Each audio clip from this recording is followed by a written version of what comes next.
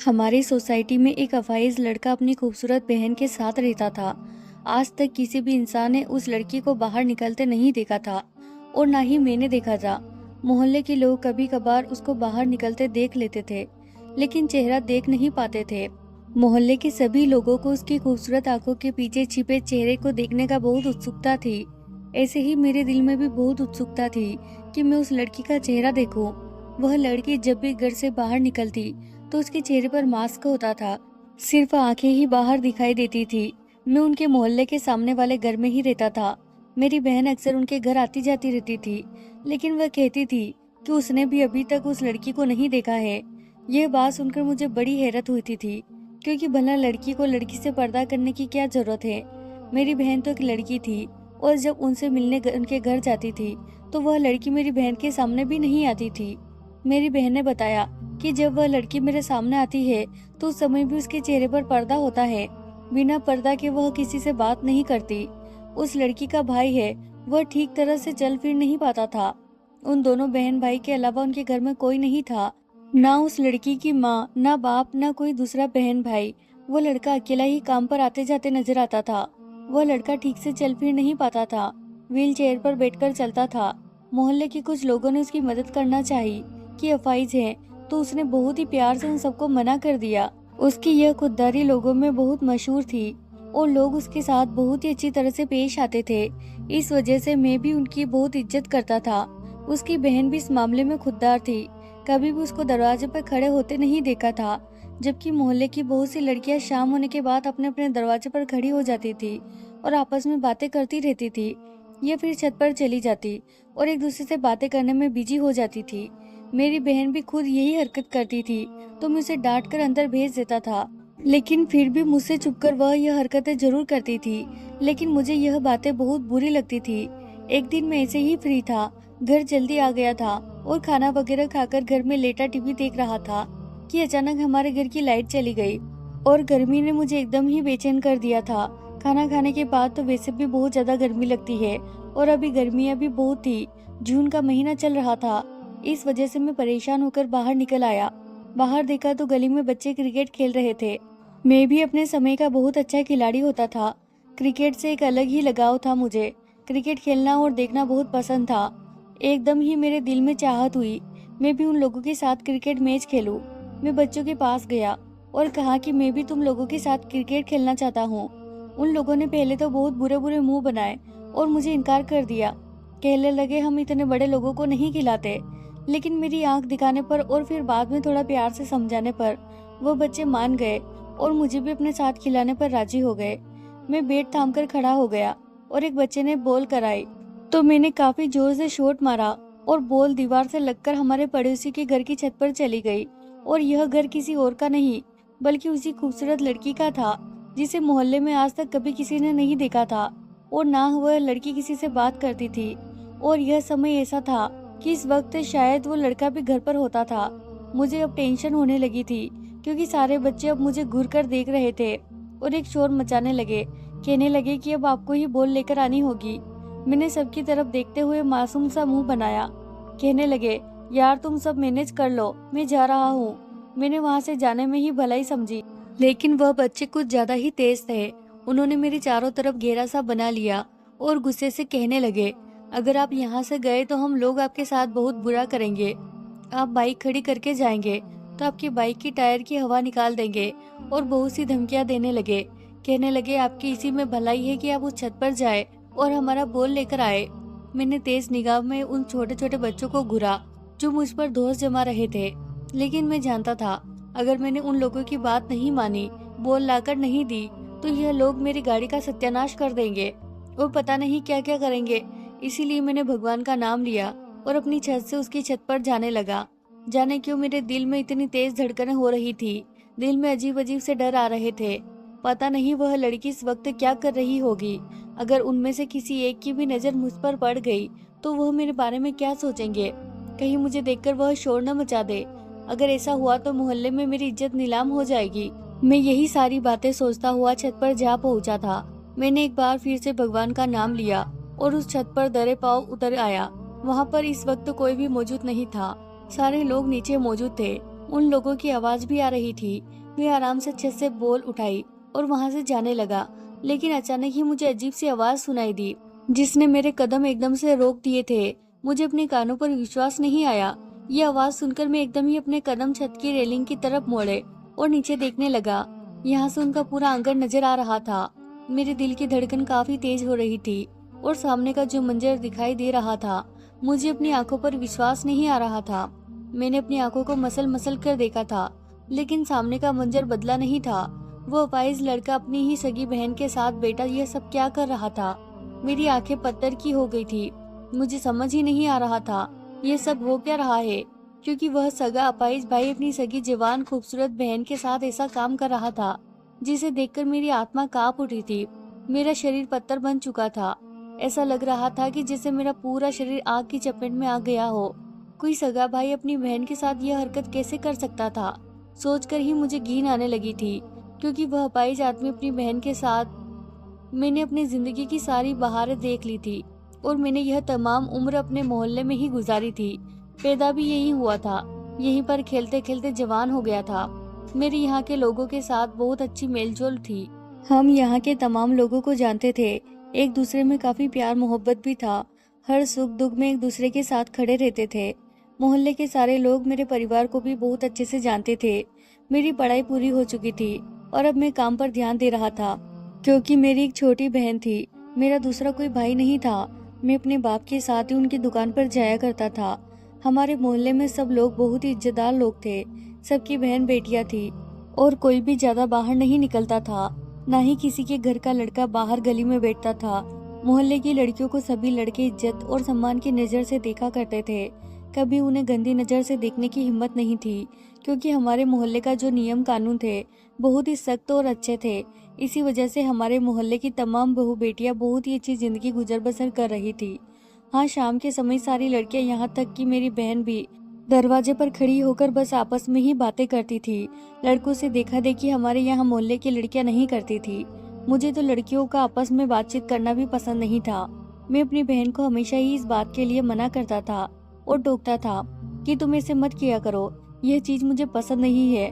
अगर तुम्हें दोस्ती ही करनी है तो अपने दोस्तों के घर चली जाया करो, लेकिन यूँ दरवाजे पर खड़े होकर, यह छत पर खड़े होकर इशारेबाजी करना मत किया करो। मुझे यह बातें पसंद नहीं है। लेकिन वह बच्ची थी और आंख बचाकर मुझे वह यह हरकतें जरूर करती थी। लेकिन जब मुझे इस बारे में पता चलता तो मैं उसको बहुत डांटता था कि तुमने यह हरकत क्यों की है, तुम्हें यह नहीं करना चाहिए था। यह इज्जतदार लड़कियों को शोभा नहीं देता। अक्सर मैं अपने मोहल्ले की उस लड़की के बारे में जरूर अपनी बहन को मिसाल देता कि वह भी तो लड़की है, लेकिन कभी दरवाजे पर खड़ी नहीं होती है। और उन लोगों को भी हमारे इसी मोहल्ले में रहते हुए काफी समय गुजर चुका था, लेकिन आज तक उनका चेहरा भी किसी अजनबी इंसान ने नहीं देखा था। अगर वह कभी बाहर जाती है तो बहुत ही ढंग के कपड़े पहनकर जाती है और चेहरे पर भी मास्क होता था। किसी ने आज तक उस लड़की का चेहरा नहीं देखा था। उसकी आंखों हाथों से महसूस होता था वह बहुत ज्यादा खूबसूरत है। मास्क लगाने के बाद उसके चेहरे का जो हिस्सा बच जाता था और हाथों का देखकर महसूस होता था कि उसका रंग बहुत ही गोरा है, दूध की तरह सफेद। और जब मैं अपनी बहन को समझाता कि तुम उस लड़की से ही कुछ सीखो, कितनी सभ्य और संस्कारी लड़की है, मेरी बहन मेरी नसीहतों को कभी कभी सर झुकाकर सुन लेती। और कभी कभी जब मैं उसको ज्यादा ही डांट देता था और उस लड़की की मिसाल देता तो वह चिढ़ जाती थी। यह तो एक नेचुरल सी बात है कि किसी भी लड़की के सामने किसी दूसरी लड़की की तारीफ की जाए तो उसे बर्दाश्त नहीं होता। ऐसे ही मेरी बहन के साथ होता था। कभी कभार तो मैं उसकी इस बात को हंसकर टाल देता और कभी कभी बहुत ज्यादा शक्ति से पेश आता था। मेरी माँ मुझे यही कहती थी कि वह छोटी है, उसकी सारी सहेलियां इसी मोहल्ले में रहती है, उनसे ही बातें करेगी, लेकिन मुझे पसंद नहीं था। मैंने माँ से कहा कि इसे समझाओ कि अपनी सहेलियों के घर चली जाया करे या उन्हें अपने घर पर बुला लिया करे, लेकिन इस तरह छत पर खड़े होकर इशारेबाजी ना किया करे। मैं अपनी माँ के सामने भी उस लड़की की चर्चा लेकर बैठ जाता तो मेरी माँ कहती, हर कोई एक जैसा नहीं होता, हर किसी का नेचर अलग अलग होता है। हाँ, मैं मानती हूँ उस लड़की को आज तक किसी ने नहीं देखा, बहुत ही सभ्य और संस्कारी बच्ची है, लेकिन आज के जमाने में जिस तरह से वह रहती है ऐसी कोई नहीं रह सकता। उस लड़की की खुददारी भी पूरे मोहल्ले में फैली हुई है और उसका भाई एक अपाहिज है, लेकिन उन लोगों ने कभी भी अपनी मर्यादा फैलाने की कोशिश नहीं की थी, बल्कि खुद को साफ सुथरा रखती थी। मोहल्ले के सभी लोगों को उसकी आदतें पसंद है। लेकिन इसका यह मतलब नहीं कि मोहल्ले की हर लड़की उनके रंग में रंग जाएगी। माँ की बात सुनकर मैं चुप हो जाता। कभी कभी मेरा दिल में भी ख्याल आता कि मैं उस लड़की का चेहरा जरूर देखूं। ऐसे ही एक दिन दुकान से पापा ने मुझे घर जल्दी भेज दिया था कि मैं खाना वगैरह खाकर थोड़ी देर आराम कर लूं और फिर वापस शाम तक दुकान पर आ जाऊं। वैसे तो मैं ज्यादातर घर नहीं आता था क्योंकि मुझे काम करना ज्यादा पसंद था। फ्री रहना मुझे अच्छा नहीं लगता था, लेकिन उस दिन काम कुछ ज्यादा ही कम था। इस वजह से मैं घर आने में ही भलाई समझी। घर जाने के बाद मैं खाना वगैरह खाया और अब मैं सुकून से बेटा टीवी देख रहा था। लेकिन मेरा यह सुकून बिजली विभाग वालों को पसंद नहीं आया और उन्होंने फौरन ही मेरे सुकून को बर्बाद करते हुए लाइट काट दी थी। लाइट बंद हो जाने की वजह से मैं घर में बहुत ज्यादा गर्मी हो गई थी। हम मिडिल क्लास घराने से संबंध रखते थे। हमारे घर में इन्वर्टर वगैरह भी नहीं था। लाइट जाते ही पंखे बंद हो गए और फिर गर्मी के मारे मेरा बुरा हाल हो गया था। गर्मी की वजह से मैं एक पल भी घर में बैठ नहीं पाया था। परेशान होकर बाहर निकल आया। बाहर आते ही मैं बच्चों को बैट बॉल खेलते देखा तो बचपन से दबी मेरे अंदर क्रिकेट खेलने की ख्वाहिश मचलने लगी थी। इसी वजह से मैं उन बच्चों से कहा कि मैं भी तुम लोगों के साथ खेलना चाहता हूँ। पहले तो उन लोगों ने मुझे मना कर दिया, लेकिन कुछ ज्यादा ही जिद करने के बाद वह लोग राजी हो गए। इस वजह से मैं जबरदस्ती फर्स्ट बैटिंग उन लोगों से ले ली। मेरी पहले तो बाल बहुत दूर गई थी। दूसरी बार उन लोगों ने मुझे वार्न कर दिया कि अगर बहुत ज्यादा दूर गई तो हम तुम्हें नहीं खिलाएंगे। इस वजह से दूसरी दफा जब मैंने शॉट मारा तो बैट थोड़ा घुमा दिया था और बॉल दीवार से लगकर ऐसी उछली कि सामने वाली छत पर चली गई। यानी मेरे घर के सामने जो वह जवान खूबसूरत लड़की का घर था उनकी छत पर चली गई। यह सब कुछ देखकर मैं तो वहां से खिसक जाना चाहता था। मुझे पता था यह शैतान बच्चे मुझे बिल्कुल भी नहीं छोड़ेंगे और मेरे सोचने से ठीक अनुसार उन लोगों ने मुझे घेर लिया और मुझे धमकी देने लगे। मैंने तो उन लोगों को पैसे भी देना चाहे कि तुम लोग जाकर नई बॉल ले आओ, लेकिन उन्हें मेरी एक नहीं सुनी। कहने लगे हमें अपनी वही बॉल चाहिए। मुझे मजबूरन छत पर आना पड़ा और दीवार फांदकर उनकी छत पर उतर आया। मेरे दिल में डर भी आ रहा था कि कहीं कोई मुझे देख न ले और मुझ पर कोई गलत इल्जाम न लगा दे, क्योंकि इस तरह शरीफ लड़की की छत पर आना, वह भी शाम के समय, बड़ा ही अजीब लग रहा था। अगर मोहल्ले के लोगों को पता चल जाता तो मेरी इज्जत खराब हो जाती। मेरे बारे में, मेरे किरदार के बारे में लोग अलग अलग बातें बनाते। हो सकता था मेरे घर भी इस बात की शिकायत चली जाती। मेरे पापा तो गुस्से के बहुत ही तेज थे। वह मेरी शिकायत पर मेरी हालत ही खराब कर देते। यह सारी बातें सोचते हुए मैं छत पर आ गया था। मैंने पूरी छत पर नजर घुमाई, लेकिन मुझे बॉल नजर नहीं आ रही थी। बहुत मुश्किल से मुझे बॉल दिखाई दी। उसे उठाकर मैं जैसे ही पलटने लगा, मुझे अजीब सी आवाज एक लड़की की आई कि मोबाइल को ठीक से पकड़े, मेरा एक्शन खराब हो रहा है। ये बात सुनकर मेरे कदम एकदम ही रुक से गए थे। मुझे अपने कानों पर विश्वास नहीं आया। नीचे तेज आवाज में एक मोबाइल पर गाने बज रहे थे और वह अपाहिज लड़का मोबाइल को ध्यान से पकड़े बैठा था। मुझे समझ नहीं आ रहा था नीचे यह तमाम चीज क्या हो रही है। उस लड़की के चेहरे पर अब कोई मास्क नहीं था। वह लोग टिकटॉक वीडियो बना रही थी। वो लड़की सामने खड़ी होकर डांस कर रही थी और वो लड़का उसकी वीडियो बना रहा था। वही लड़की जो बाहर निकलते हुए खुद को छुपा लेती थी, अंदर घर में बेहुदा कपड़े पहने अश्लील गानों पर वीडियो बना रही थी और अपने शरीर को दुनिया के सामने पेश कर रही थी। वो लड़की वीडियो बना रही थी और वह लड़का मोबाइल हाथ में पकड़े वीडियो शूट कर रहा था। साथ ही साथ लड़की के शरीर के कपड़े ठीक कर रहा था, यानी कि उसकी खूबसूरती को और भी बढ़ाने की कोशिश कर रहा था। वह लड़की बहुत ज्यादा खूबसूरत थी। मेरे सर पर तो पहाड़ टूट पड़े थे। भला कोई भाई अपनी बहन की ऐसी वीडियो कैसे बना सकता था? कहाँ मैं अपनी बहन को बाहर दरवाजे पर आने के लिए मना करता था और कहाँ यह लड़की जो घर के अंदर बैठी वीडियो बनाकर सोशल मीडिया पर डाल रही थी और उन सब में उसका खुददार भाई भी साथ दे रहा था। वीडियो बनाते बनाते उस लड़की की नजर ऊपर की तरफ पड़ी। मैं उन लोगों को बहुत गौर से देख रहा था। उसने ऊपर देखा तो एकदम से घबरा गई। कहने लगी, अमित ऊपर देखो, कोई लड़का खड़ा हुआ है। मैं उसकी बात सुनकर एकदम पीछे हो गया, क्योंकि मैं नहीं चाहता था कोई भी बात मेरे बारे में बने। मैं फौरन ही उनकी दीवार फांदकर अपने घर आ गया और नीचे आकर उन शैतान बच्चों को बोल देते हुए गुस्सा करने लगा कि दफा हो जाओ, मेरे दरवाजे की तरफ कोई भी नहीं खेलेगा।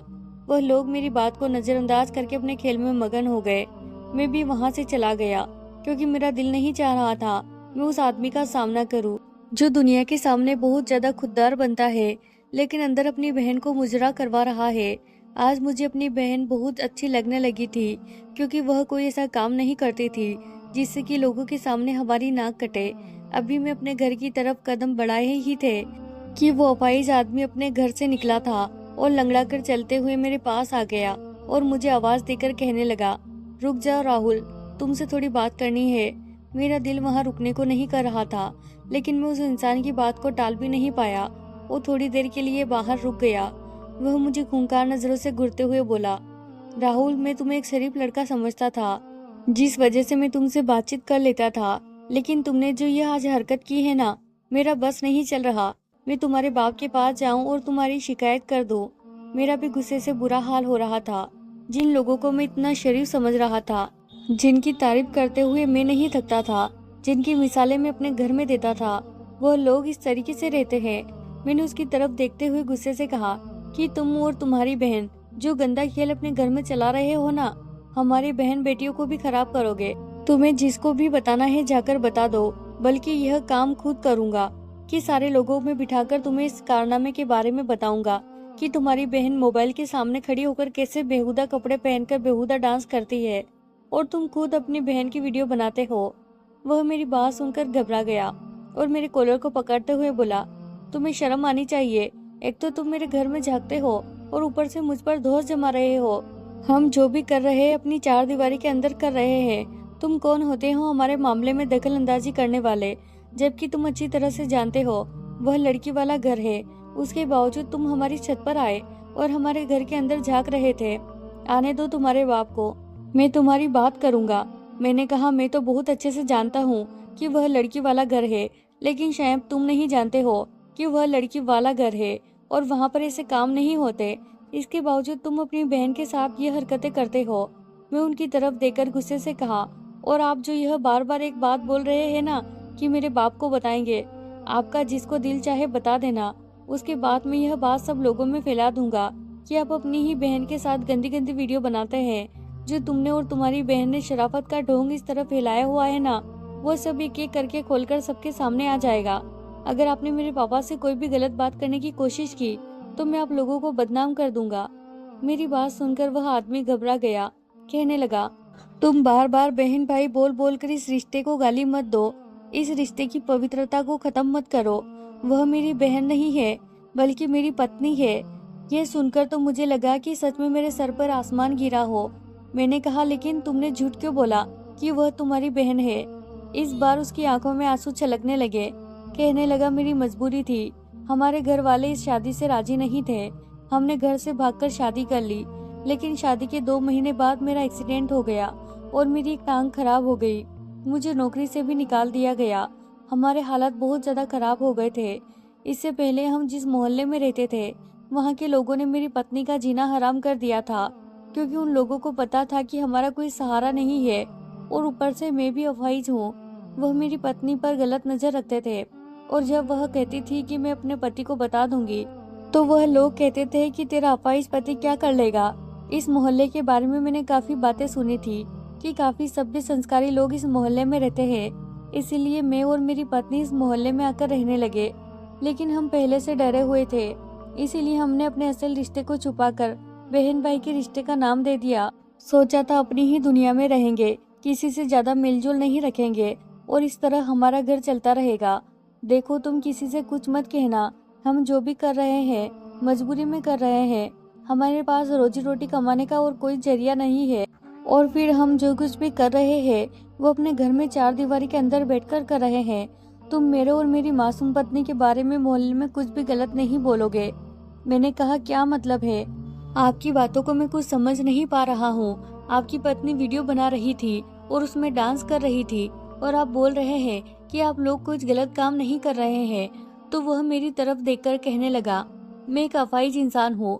मेरे घर में कमाने वाला कोई नहीं है। मेरा ख्याल रखने वाली सिर्फ मेरी पत्नी ही है, जो मेरे घर का चूल्हा चला रही है। हम लोग कुछ ज्यादा नहीं कर सकते हैं।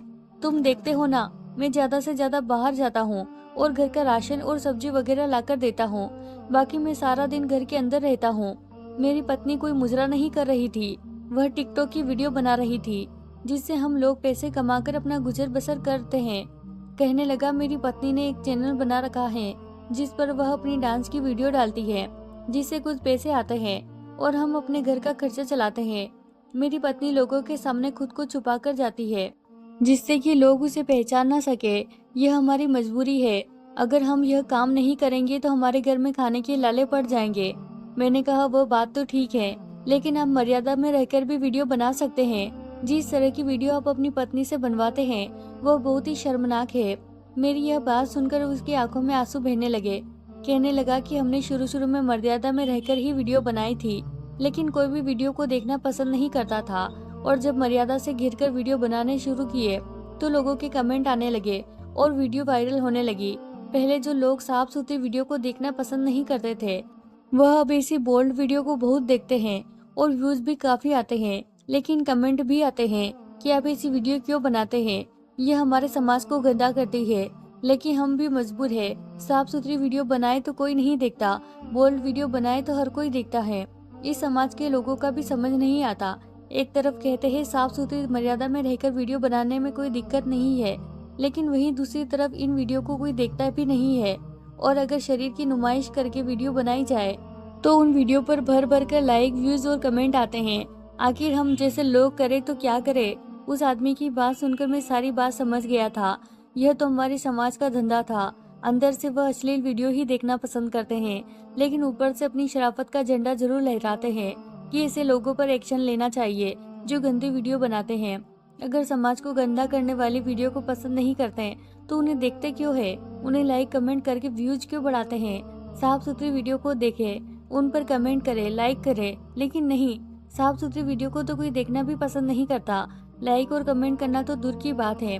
आज सोशल मीडिया को खोलकर देख लो, जो भी समाज को गंदा करने वाली वीडियो होती है उनको बहुत पसंद किया जाता है, और जो सभ्य संस्कार से भरी वीडियो होती है उसे ज्यादा पसंद नहीं करते हैं। जो लोग अपने घर की रोजी रोटी चलाने के लिए सोशल मीडिया पर वीडियो बनाते हैं, धीरे धीरे वह शराफत का चूल्हा उतारकर अपने शरीर को दिखाने लगते हैं और वीडियो बनाना शुरू कर देते हैं, और लोगों की भी मजबूरी होती है। समाज की इस दोहरी सोच पर मुझे अफसोस हुआ था। उस आदमी की तरफ देखकर मेरा सारा गुस्सा निकल गया था। मैंने उससे कहा कि मैं आपकी छत पर कोई ताकाझाकी करने नहीं आया था, बल्कि वहाँ मेरी बॉल चली गई थी, वही लेने गया था। आपकी पत्नी की आवाज सुनी तो यूं ही अचानक नीचे झाँका तो यह मंजर मेरी आंखों के सामने आ गया था। आप निश्चिंत रहे, मैं आपकी कोई भी बात किसी को नहीं बताऊंगा। यह बोलकर मैं अपनी बाइक पर बैठा और बाइक स्टार्ट करके दुकान पर आ गया। दुकान पर आने के बाद भी मेरे दिमाग में उस आदमी की बातें चल रही थी और मुझे एहसास हो रहा था, हर घर का अपना माहौल होता है, हर किसी की जिंदगी आसान नहीं होती, और कभी कभी आंखों देखा भी सच नहीं होता। अगर आपको हमारी कहानी पसंद आई हो तो वीडियो को लाइक करें, चैनल पर नए हैं तो चैनल को सब्सक्राइब जरूर करें। धन्यवाद दोस्तों।